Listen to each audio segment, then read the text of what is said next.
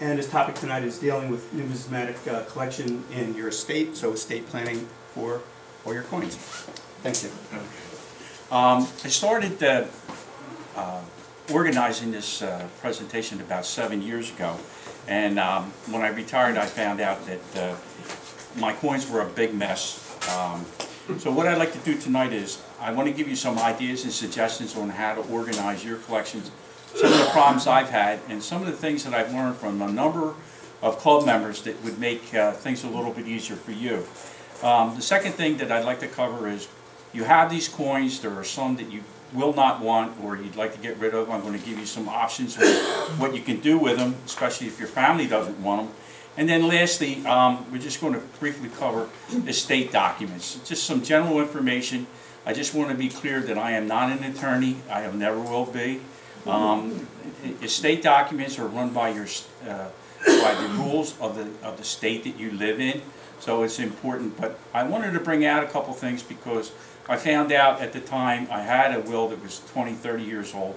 It did not fit my needs, and it's very important that you consider some of the things that decisions that you would like for the future for you and your family. Okay, as I mentioned, I retired 7 years ago and decided to go find my collection I had, and I found out it was in 9 different places all over my house. I don't know why they got there. I had silver dollars in one area, I had pennies in another area. It was like I collected them, I put them in there, and then I completely forgot about them. I didn't have a complete list of my collection. I didn't know what I had. Some of the collections, eagle heads, Indian head cents, and those type of things were pretty easy to find. But the other thing is some coins I had spent a great deal of money for, and some of them were documented, some weren't. And then, as I mentioned, my will was over 20 years old, and it just didn't fit my needs or my family's needs. Okay, this story was in Numismatic News, and it was one of the reasons I started this presentation. A fellow had written in, he said a very good friend of his had passed away. He had quite a bit of collection. He had bust halves, he had Morgan dollars, and a Mercury set collection that was pretty extensive. So when he passed away, he went to his friend's funeral, but he was interested in some of the coins that his friend had, but he couldn't go up and say, "I'm sorry your husband died, but by the way, can I buy some of his coins?" Well, he waited another month or two, and he finally got around to hinting and saying, "Well, your husband had a very good collection. Some of the things that I'm interested in, we both have a similar interest, and I was wondering if I could look at some of them and maybe offer you a price for them." Well, as it turned out, the wife's son had taken the collection to a dealer and sold them. He sold them for $18,000. Well, the fellow said, "Well, okay, let me go find a dealer and see if I can still buy some of these coins." So he goes in and he mentions to the dealer that the fellow who had passed away, and the guy said, "Oh, I made a steal on that. I gave him $18,000 and I made $40,000. So the guy was really upset, and that's why he wrote this letter to Numismatic News. So these are some of the things that we're going to cover in the next couple minutes, so that your family may or may not know what your collection's worth, but at least if you document it, you'll have a good idea. They'll have an idea what they can get for your collection. All right, as I said, do you know what you have? I was spread all over the place. I didn't know where some of them were located. I didn't have a list. I started making a list of the things I really wanted to collect. I found out that I didn't have enough time left in my life or money to collect everything. So I decided to narrow it down to a few sets: Indian head cents, flying eagles, Mercury dimes, walking liberties, and some Morgans. And even that is extensive, but I still have some of those collections. But when you have too much stuff, you just can't keep track of it. At least I couldn't. Now, the big question is, my family doesn't have an idea what I have. So I started documenting. The first thing I did was document my collection. I wanted to make sure that the coins that I were going to keep, that I was going to collect, that I knew what they were worth, that my family, if something happened to me, could pick up this piece of paper and say, oh, this is what Jim spent for these number of years. Doesn't mean what they're going to get for it, but at least they're going to have an idea how much I spent over those years. Now, the other thing I found, and you guys probably could give me some other ideas, these are the things that I had coins stored in. 2x2 boxes. My favorite is cigar boxes. As a kid, my father used to get these cigar boxes and you put your coins and your different things in there. But as you can see, some people use pill bottles, some people use the old ammo cans. There's probably some that I don't have on here that you probably have used in the past. It's beyond imagination where you find stuff. You find them in drawers, you find them all over the place, and it was quite of a lot of discovery. Now, the thing I found, the easiest thing to do is do your collection first. The things that you're interested in, that you want to do, document them first. Leave the other stuff beside. One of the problems if you have is you can get caught up to things and you get tired, at least I do. So I try to do 15, 20, 30 minutes, and if I was having a good time, I would go a little bit longer. Like all night long. Huh? Well, yeah, you can do it. Sure. The biggest problem I had was don't get caught up in mystery boxes. Now, mystery boxes, you open it up and you look in there and say, man, where did I have that?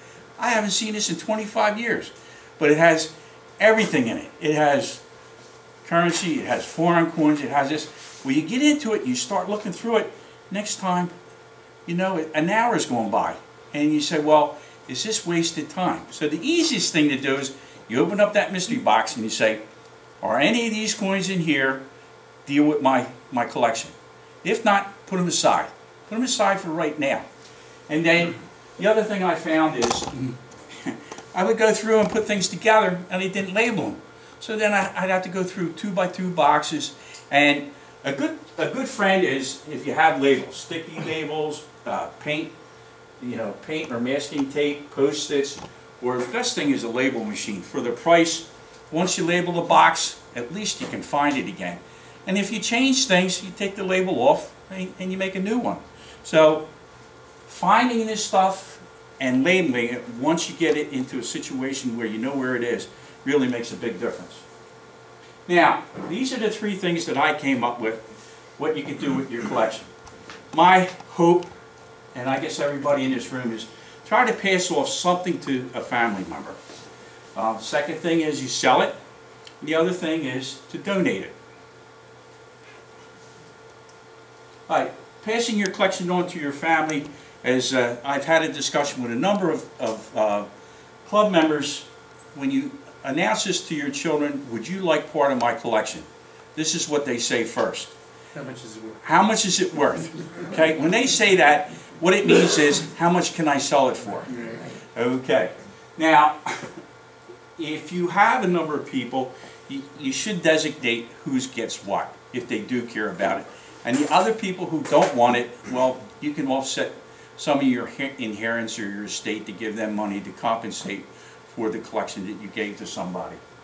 One of the other things that I found is it's very important to find somebody that you can trust, that your family can rely on if something happens to you. And by that I mean they do not have to know everything about your collection, but they have to be honest so that they can approach your family or your friends and say, oh, you have a collection. You're not going to be like the guy that ran down to the coin store and got $18,000 for his muscle car parts. You want somebody that you can trust, that's willing to take the time and energy. And it could be a number of people. I have a couple people I know. I collect some hard time tokens and things like that. I know where I would sell them, and that's documented. Then there's other people that I trust in this room that I would hope that they would give my family advice. Okay, selling your collection. These are a couple of the options that you have. There's probably some others. First one's eBay. The advantage with eBay goes all the way around the world. Some of us older people aren't really computer literate, so it makes it a little bit more difficult. If you take the time to spend a month or two. There are a number of people in this room who are very good at it, and you get very good exposure. Now, they do charge you 10% on some of these, depending on the number of features, the days you run it, the price that you put it in, the number of pictures you have. But it does give you worldwide attention. You have to be able to mail it, and then you face the problem sometime of returns. You're never ever going to please everybody, so you're going to have to refund somebody's money or take the coin back. One of the things they started a number of years ago, and I don't know too many people that reach this, but if you sell over 200 transactions, they issue a 1099. And for it's basically something that the government gets saying you sold this amount of money. So you have to be prepared. Say, well, if I sold $20,000 worth, what was my original cost? Because the government's going to get that and say, oh, you made all that money. And you really didn't, because you paid a pretty penny with it. If you get no bids on the coin, then you have to relist it if you want to do it. Auction sales.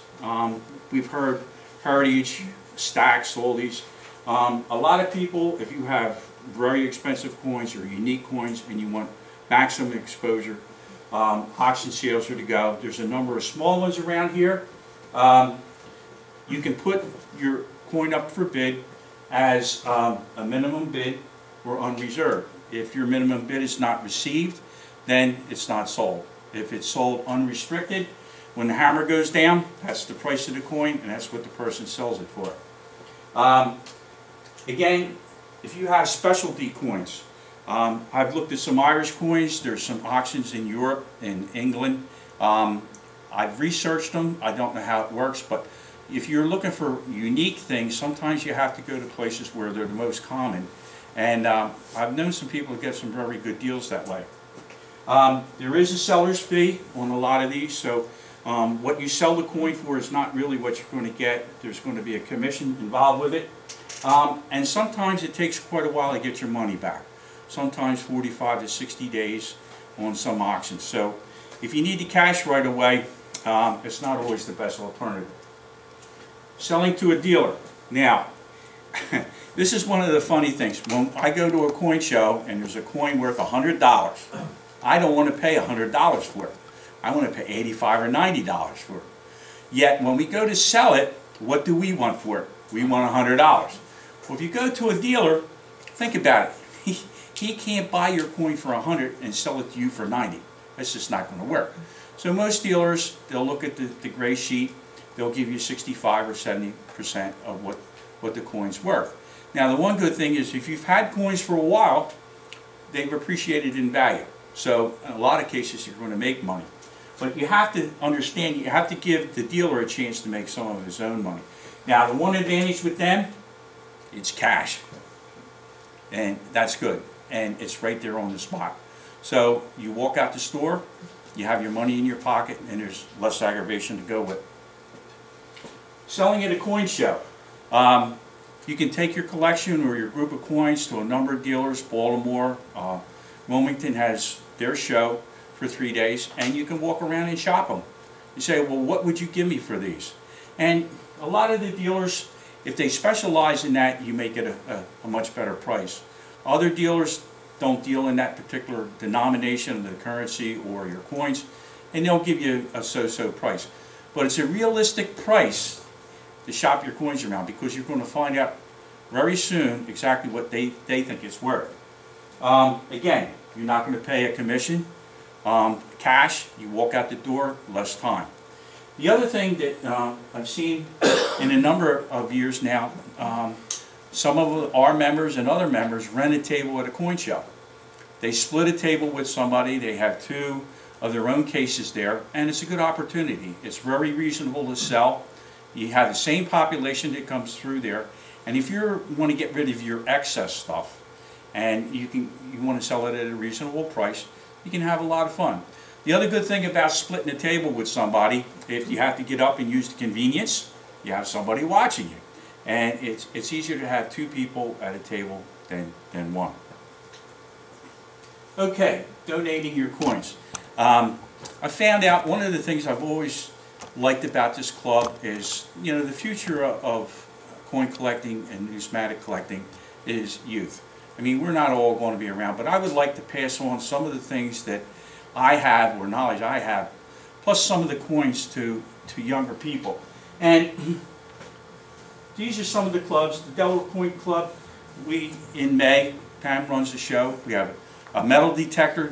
Some kids come in, they enjoy trying to find coins. Pam does an excellent job both there and at the Wilmington Club. She's had 20, 30 people show up. She's had speakers. They each get a bag with some coins, and it sparks enthusiasm. And you're not going to get everybody, but sooner or later you're going to get 3 or 4 kids, youth, that are interested in this, and it really makes a difference. My friend Bob LaBelle at coin shows, he has a policy that if he sees a young child, he always gives them an Indian head or a buffalo nickel. And not only is it good for the club, but we found that some people come back and say, oh, you gave my grandson this coin, right? Well, they end up spending money. Hey, it's a good deal. It works both ways. But some of the kids, if you put out 2 or 3 coins, they'll look at them for 4 or 5 minutes and say, oh, geez, I don't know whether I want this one or that one. And when they go home with it, the fathers and the parents are proud of them, and the kid really enjoys it because they picked it out and they appreciate it. I meant to explain, too, that a lot of us have collected books over the years. And when you either sell or change your collection, I think we should give them to the club for use or reference, or give them to a youth so that they can build their own collection. Some of the books that you think are old and obsolete, they contain information that the new ones do not contain.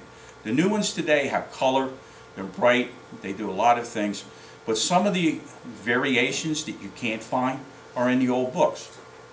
Okay, now I just want to talk about some of the things. The safe deposit box.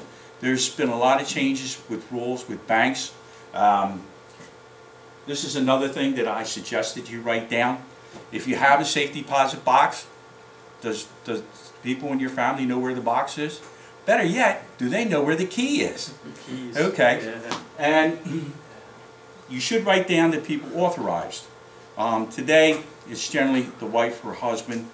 If they find out that the one person has passed away, then there's a whole new thing that the state has to come in and inventory the box, and it becomes a problem. The other thing I found is that some of the banks will not accept the power of attorney. So, say you're disabled, you're in the hospital, and you have a power of attorney for your son. You go into the bank and the guy says, well, that's fine, he said, but you should have used our form. Well, eventually they'll let you into the box, but you don't want to wait a couple months to do that. So one of the things that you want to do is check with your bank. Do they require a form from you, signatures of the people that you're authorizing for your particular county or state to let somebody else into that box? The safe. I know a number of people have a safe. I have one. I always thought I was good at remembering numbers. Forget it. You should write it down somewhere secure, and you should let somebody else in your family know. The contents, everybody says that you should have a copy outside the safe and inside the safe. Once you do it once, it's easy because if you add something, you can just write it on the list and take it out. This was an interesting article that was in the paper in October 2013, and Carl had just given the examples of people who found things in houses and buried in the yard. This was a safe that was sold in an estate sale, and the person who bought it, they had it for a while. They eventually got the safe open, but they found gold, silver, jewelry, and it was estimated at $1 million. So the one thing that you want to do is, if you have a safe, write the combination down somewhere secure, and let somebody else know where it is, and can they open it if they need be. Okay, now we're just going to touch on estate planning documents because you have this collection. Now what are you going to do with it? Your will, your power of attorney, living medical director, and beneficiary forms all affect your estate in one way or the other. Again, I am not an attorney. All of these documents are ruled by the state that you live in. So this is something, if you have a large estate, you should have some kind of attorney write up some documents for you. Even if you have a small estate, it makes it a lot easier for your family to deal with it after you've passed away. Now, what does a will do? It tells you, specifies how your assets are to be distributed, which is a very good thing. The other thing that you have to remember is only the original can be probated. Copies are no good. So whatever you do with that original, make sure you keep it in a secure place. Now, some attorneys say they will keep your original copy for you. The reason for that is when you pass away, they hope to do your inheritance tax and all your forms, and they will make money. If you have the original, put it in a safe place. Again, all of these papers, you should let somebody know where they are, because you can spend hours going through a house and you've put the papers in a file cabinet, it's in the back, and somebody can't find them. They're very, very important. It can save you a lot of time, and if the person has money tied up into a single account and you need access to it, you're going to have a hard time unless you're able to follow these things. One of the other important thing is your executor. This is the person who's going to execute your will, and you should find somebody that's trustworthy. You can have an alternate, you can have your son or your daughter, but it should be somebody that you trust. Now, all families are not created equal. I have 3 children. They all do different things. They're very reasonable, but some are more common sense, some are more educated, and you want them to carry out your wishes. Now, the other thing is that I found a lot of people will have a will and they will specify certain things in the will. The problem you have is sometimes those possessions are given away or sold, or you change your mind. What I found out in Pennsylvania for the attorney I went to, he said, well, listen, all you have to do is refer in your will to a piece of paper saying that I have a list of items that I would like distributed to these people, and this is what they are, and this is the person they should go to. He said, this way, if you change your mind, you take the piece of paper and you change it, and you stick it back in there. And he said, in your will, you say they have 30 to 60 days to find this piece of paper. If not, all those items that you were going to give away become a part of your estate. Now, this is the other thing. People were talking about Prince, and they said that he didn't have a will, and God bless the family with all the assets that he has. But if you do not have a will, it goes in intestate, and again, it's determined by the state that you're in. Now, one of the things that we talked about before is your executor. This is a person that you appointed because you could trust them. When you have no will, it's a family fight. Whoever wins, goes to the court, becomes the executor, can control the estate. That means he can determine when money is distributed, who it goes to according to your will, or not your will, and you'd be surprised the number of relatives that come out of the woodwork when there's money left in the estate. The other thing is, all of this takes time. For a person to go and file with the county, become an executor and get all these documents, you're talking a couple of weeks or a month. Or years. And it depends on how friendly your family is. Some people can fight over who's going to be the executor. The big thing is, your possessions might not be distributed to the people you want. If you wanted a ring or a watch or a coin collection to go to that particular person, there's no guarantee with that. And of course, you've heard of some of these big will battles. It can end up in anger, frustration with family members. I mean, there's people who have gotten over a couple $100 or $1,000 getting in a fight and didn't talk to their family members for 20 years because, you know, somebody else got this and I should have got it. Power of attorney. Now, power of attorney is good to have, especially if you become incapacitated. And it allows somebody to act on your behalf. There's 2 kinds. One is a general, which means that they can do just about anything. They can sell your house, your car, they can do things. And some are more specific. You can say, I only give you authorization for my checking account, my savings account, my mutual funds. You can't sell my house, you can't sell my car, you can't do these other things. Again, some banks would like to have their own power of attorney form. And it's smart to do it because If that person's on their account, what they do is they put it in the machine and it's spread out among other banks. So whatever branch you go to, that information is passed through and they know that person's authorized to act on your behalf. So you have to find out from your financial institution whether they accept your power of attorney. They will eventually, but it may take time. Living will, medical directive. Basically what we're saying here is if you're incapacitated, you should give somebody the right or authority to make decisions on your behalf medically. Now, my wife has the first choice and 2 of my children have the others. And what I've told them is my wishes are, I don't want to be kept in a vegetable state. I don't want to be, experimented with 45 days with no outcome. I said, listen to the doctor. I said, don't run over and pull the plug. Listen to him.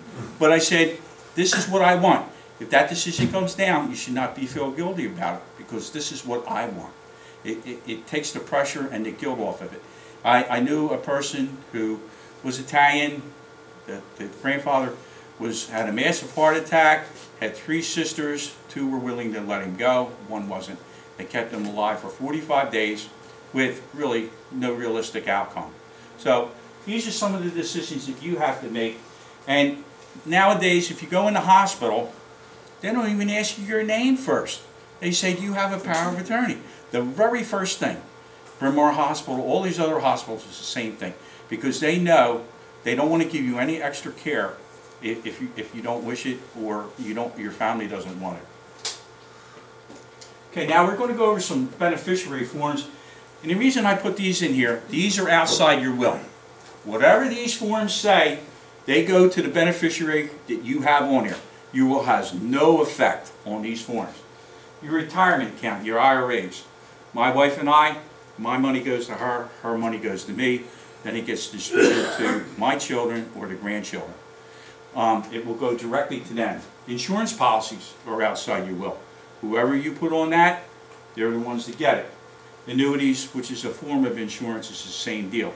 Now, when I work for the government, this often happens, especially with insurance policies. We had a woman who passed away. Her husband came in, he had to fill out all these forms, which he really didn't know how to do. So we called the person who was going to handle him getting her insurance. And he said, basically, I can't talk to you unless they make you the casualty officer.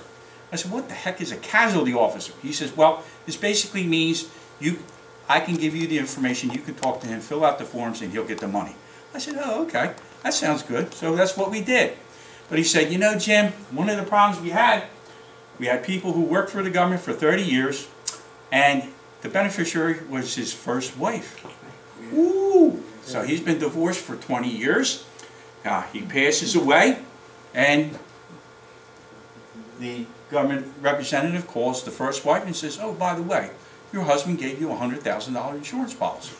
Now he has to talk to the second wife, and boy, you talk about people dropping 4-letter words. Well, these are the reasons why you have to decide, are your beneficiaries up to date? Not only do you have to know where the insurance policy is, there's been some news in the paper the other day about people knowing that the person's passed away and not paying the premiums because the family couldn't find a policy or know that he existed. So again, this is an important thing. Now, this is where I am now. I have a complete list of my collection, the ones that I want to collect. There's a lot of mystery boxes, there's some stuff.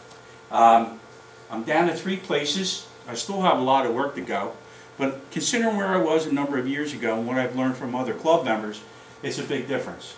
I've left a list of people that my family can trust, not only for coins but for other things, and I think that takes the pressure off of how I feel. I felt content that I left them with the best information available. My estate documents are up to date. That 30-year-old will is out the door. And one of the things that the lawyer told me, you can worry about the future. He said to me, the best thing you can do is make the best decision you can today. We can always change the will. Family situations change, you can come in, you want to make the change. I've talked about my family choices, and my peace of mind of having all these things done. Now, the last thing I want to say, not doing something is making a decision. So I suggest that you look at some of the things that I've talked about, think about them. You're not going to get them done overnight. That's why I've made a checklist here. It's not conclusive, but one part deals with estate planning. If you do everything that's on here, you'll be in good shape. I'm about 90% there, 95%. This one is the numismatic test list. It offers some of the suggestions that I've gone through and some of the things I've learned from other members. So these will be available after presentation if you'd like to take one. Again, it stimulates what you want to do with your estate and maybe inspire you to go through your collection and figure out what you really want to do, what you really want to collect, and how you're going to handle it if something happens to you. So thank you very much. Thank you.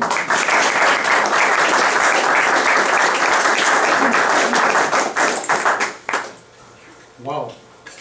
Any questions to Jim? Can I get a cup? Yeah, Should we pass them around? Sure. I was hoping Shell Farber would be here. Shell's an attorney. Let's cut that one off. He would have fun with that. And Dave, I want to thank you for bringing the joke.